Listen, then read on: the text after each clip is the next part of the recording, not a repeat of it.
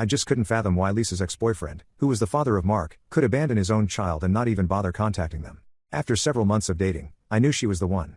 Her kindness and love won me over, and I proposed to her with my mother's ring. She said yes, and we have had a wonderful marriage for the last 6 years. Her son has quickly become a treasured part of my world, and I have embraced the role of being his stepfather. The love and care I feel for this young boy is just like what I would have felt for him if he were my biological child. I had always dreamed of having my own family one day, and I absolutely love them both to bits. Meanwhile, Alan had always held some reservations about Lisa and didn't shy away from sharing his concerns with me. Since the first day he met her, he never quite liked the fact that she was a single mother, and his disapproval had come up in our conversations more times than I could count. I often found myself brushing it off, thinking it was just Alan's way of being an overprotective older brother, worrying about my happiness. We'd had many conversations where I made it crystal clear that I loved being a father to Mark and that Lisa meant the world to me, no matter the circumstances. I told him time and again that my love for her and her son transcended such trivial concerns. Alan had also met his now wife, Sarah, through his network of work friends. Their love story was like something out of a romantic comedy, where workplace acquaintances turned into lifelong partners. The chemistry between them was undeniable, and it didn't take long for their friendship to blossom into something much more significant. I've spent my fair share of time with Sarah over the years, but we never really bonded much.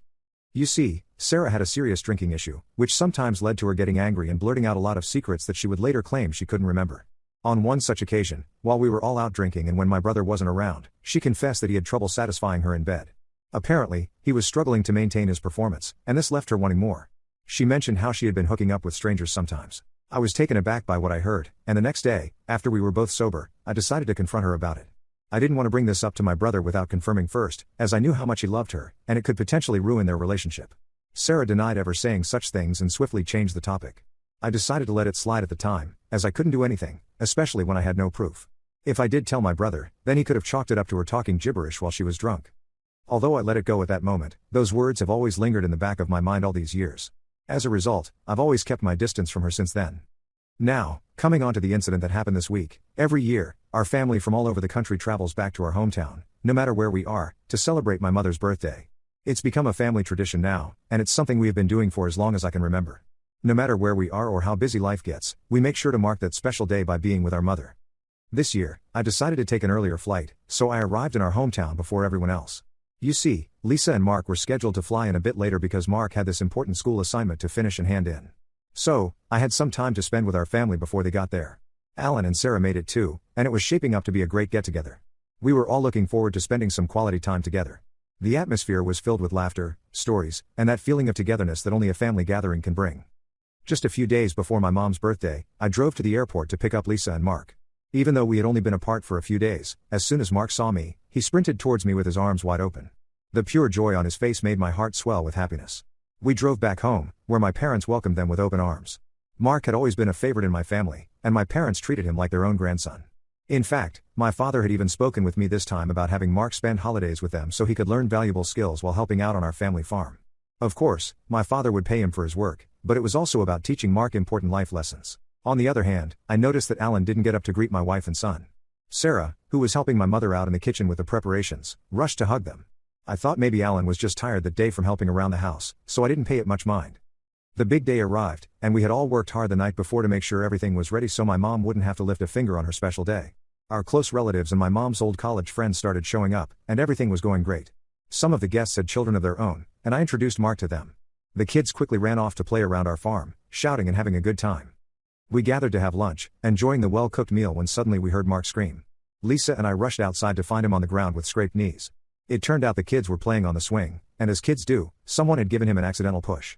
The entire group had rushed outside as well, looking concerned. That's when Alan, out of nowhere, said, "Well, if he was really your son, he would know that men don't cry over little things like this. Why are you even taking care of some other man's responsibility?" Everyone fell into an eerie silence. Blood drained from my face as I couldn't believe what my brother had just spoken. My parents stared at him wide-eyed, horrified by what he had said. Lisa, meanwhile, looked like she was on the verge of tears as she tended to Mark's wounds.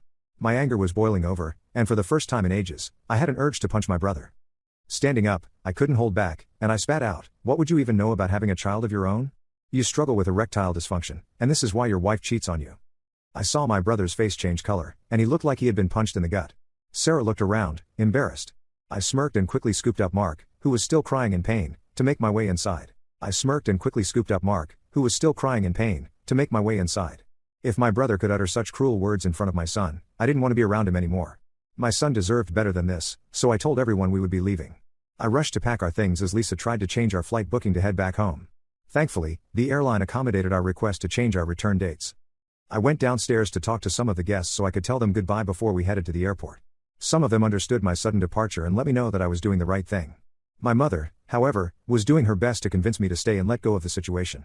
I told her it would never happen until my brother apologized for his insensitive comments about my son. My brother demanded that I make my house child-free because he didn't want to see me take care of another man's responsibility, so I laughed in his face and exposed his wife's filthy secret.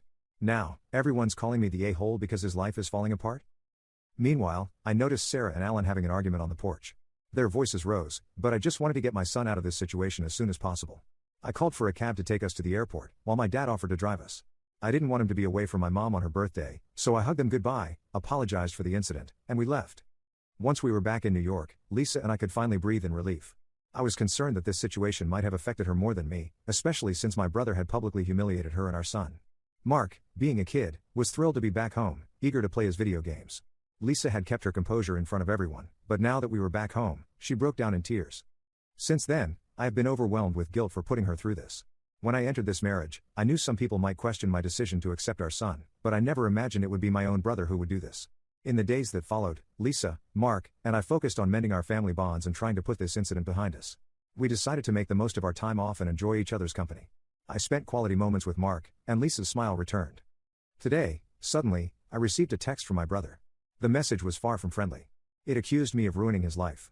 It appeared that my revelation about his wife's secret had led to a confrontation between them, which had turned their world upside down. Sarah had been unfaithful for a long time with multiple partners since the beginning of their relationship, and the truth was finally out. I have chosen not to reply to him because it seems pointless. His message contained absolutely no apology for how he treated Mark. Shortly afterward, I received a call from our mother. She seemed quite upset and told me that Alan was contemplating divorcing Sarah. She tried to urge me to reconcile with him by reminding me that family should last forever, but I firmly shut her down by reminding her that Alan hadn't even bothered to apologize yet for what he had told me about my son. Mom tried to justify it by saying that Alan wasn't a parent yet, hence he didn't know saying that would harm my child. She also mentioned how relatives in our hometown were gossiping, with some feeling pity for my brother. According to them, even though Alan didn't harm me directly, I had ruined his life by revealing the secret. So Reddit, am I the a-hole for exposing my sister-in-law's hidden secret and potentially affecting my brother's life? Update 1. It's been a few weeks since the incident, and something interesting happened today, so I am here with an update. Since the incident, there has been an eerie silence between my brother and me. I never replied back to him, and he didn't try to contact me further. Our lives slowly went back to normal as Lisa and I got back to work, and Mark resumed school. And then, out of nowhere, I received an unexpected call from Alan today. I was out with my colleague, so I couldn't pick up his call. When I reached back home, I gave him a call, hoping for a positive outcome. I figured he would have had plenty of time now to cool down and think with his head straight. But as soon as Alan picked up my call, he shouted, "Congratulations, bro. You have successfully ruined my life now." He continued, saying how he had talked with Sarah and asked her for a divorce, thinking that she would beg for his forgiveness. Instead, she immediately complied and was ready to go through with it. This seemed to have really pissed him off. I mean, I got his point of view, as he was the one getting cheated on, but at the same time, I didn't understand why he was still pining for someone who didn't respect their relationship enough to stay loyal to him. I could hear the noise and laughter from the pub in the background, which indicated that he was not exactly in the state to have a rational conversation. Alan's voice was filled with bitterness, and it was clear that he was looking for someone to vent to, but I was in no mood to be his punching bag. Despite all that he was saying, I had no desire to engage in another pointless argument with him. The distance between us had grown, and I had no intention of bridging it anytime soon. I let him know that unless he personally apologized to me and my wife, we were done with him. Alan snickered and started saying something, but I couldn't stand to listen to his arrogance any longer, so I cut his call and blocked him. I knew my brother well, and he was always stubborn. He would never apologize unless he thought he had done something wrong. In this case, he clearly believed he was blameless. I talked with Lisa regarding this, and we both have agreed we will be severing all ties with my brother. It wasn't just about our own feelings, but also a concern for Mark. We didn't want my brother's bitterness to affect our son. Our next step is to talk to my parents regarding this. We have a plan to explain our reasons for the decision, so hopefully, they will understand. But if my mom continues to support my brother despite his actions, we have to be prepared for a more distant relationship with her, too. This is definitely a hard decision for us, but she has always favored my older brother. I think it's time I put my own family's needs over others, and I know in my heart we have to think about Mark first. My brother demanded that I make my house child-free because he didn't want to see me take care of another man's responsibility, so I laughed in his face and exposed his wife's filthy secret. Now, everyone's calling me the a-hole because his life is falling apart? Update 2. As promised, I'm back with an update. We called up my parents to talk it all out. Lisa and I had discussed that it was important for us to convey our feelings and stick to facts, even though this situation was going to be difficult to discuss. I delved into how the incident at my mother's birthday party had changed something fundamental in our family dynamics. My brother's actions had wounded not just us, but also Mark, who had witnessed it all. The words stung, and the hurt was real. I didn't want my son ever growing up thinking that he wasn't family to me. He might not be my biological son, but I did help Lisa raise him since he was 3 years old. After the incident, I was also planning to officially adopt him, and I had started the formalities with my lawyer. My mother seemed to be quite conflicted, and I could feel her dilemma, a mother stuck in the middle, not wanting to take sides. But I had to emphasize the importance of our decision, how it was about safeguarding our family's well-being. I let them know that they could continue to have their own relationship with my brother, but that we were going to keep our space from him. As we spoke, I could sense my parents' frustration, sadness, and confusion. My father didn't say much during our conversation, but when I finished speaking, he made it clear that he fully supported my choice. He expressed his love for Mark and mentioned how proud he was to have a grandson like him. He reminded me again about his plans to spend time with Mark during the summer holidays so he could teach him about farm life. Lisa was happy to hear this and agreed that it would be great for Mark to spend time with my parents in the upcoming holidays. On the other hand, my mother had stayed quiet for some time. When I asked if she was okay, her voice was shaky, and it was obvious she was crying. She pleaded that even though she respected my decision, she didn't want me to completely cut ties with my brother. She continued saying how I could have a separate relationship with my brother during this time of difficulty. Despite my mother's plea, I made it clear that cutting ties with my brother was the right decision for my family. I knew it wouldn't be easy, but the emotional toll his actions had taken on us, especially on Mark, couldn't be ignored. I explained to my mother that our son's well-being and happiness were our top priorities. Also, if my brother needed my support, then he could have apologized to me first before this situation got any further. She continued to cry as we talked, her feelings torn between supporting her children and not wanting to see our family divided. It was clear that our decision had affected her deeply. My father tried his best to reassure her, but also let her know in no uncertain terms that my brother was the one who started this. We assured my mother that cutting off my brother from our lives wouldn't affect our relationship with her. We promised her that we would keep her updated on our lives and Mark's well-being. We definitely wouldn't be attending any family events in the future if my brother was attending as well because we didn't want the toxicity to affect our son's childhood or create more strife in our family. As we bid our parents goodbye, we knew that our decision had caused a deep divide not only between us and my brother, but within our family as a whole. The days ahead could be rough, and only time will tell whether we can find a way to heal and move forward. Meanwhile, I'm just happy that I have a loving wife and an amazing son, and I will do anything to protect them. I will post an update for you guys only if something happens. Update 3. Thanks to everyone for your feedback on my last post. This post seems to have gone viral, and I am getting multiple requests from strangers for an update, so here it goes. It's been some time now since my last update, and I'm happy to say that my family and I are doing great. I officially adopted Mark a few months ago, although the legal process was long and arduous. The moment finally came when he was legally my son. Now, no one can question me ever again. We celebrated this occasion by flying our family out to New York to celebrate with us. It had been some time since we had seen them, and it felt like the right time to reunite and share our happiness. My parents, who had supported my decision to adopt Mark completely, were overjoyed. It was a heartwarming sight to see the smiles on their faces as they spent time with Mark. Mark even taught my father to play video games.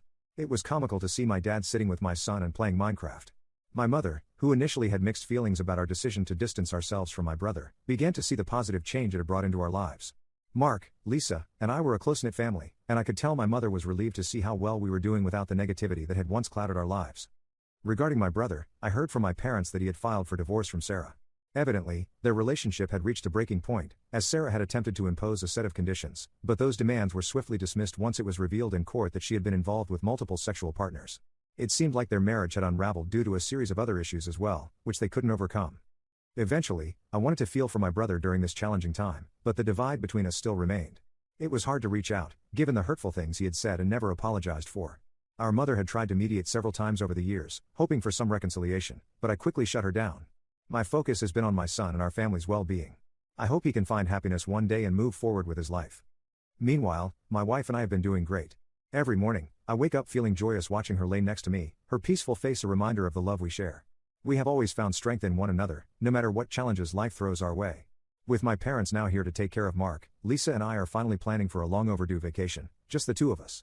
It feels like a well-deserved break after all that we've gone through in the last few years. We're both excited about the prospect of some alone time away from the daily responsibilities. We will be visiting Newport, Rhode Island, which was the place where I had proposed to my wife, so we can enjoy the tranquil sound of the waves, take long walks on the beach, and simply relax in each other's company. It holds a special place in our hearts and will also give us a chance to reconnect with one another. We're excited about our upcoming vacation and thankful for the way our lives have turned out.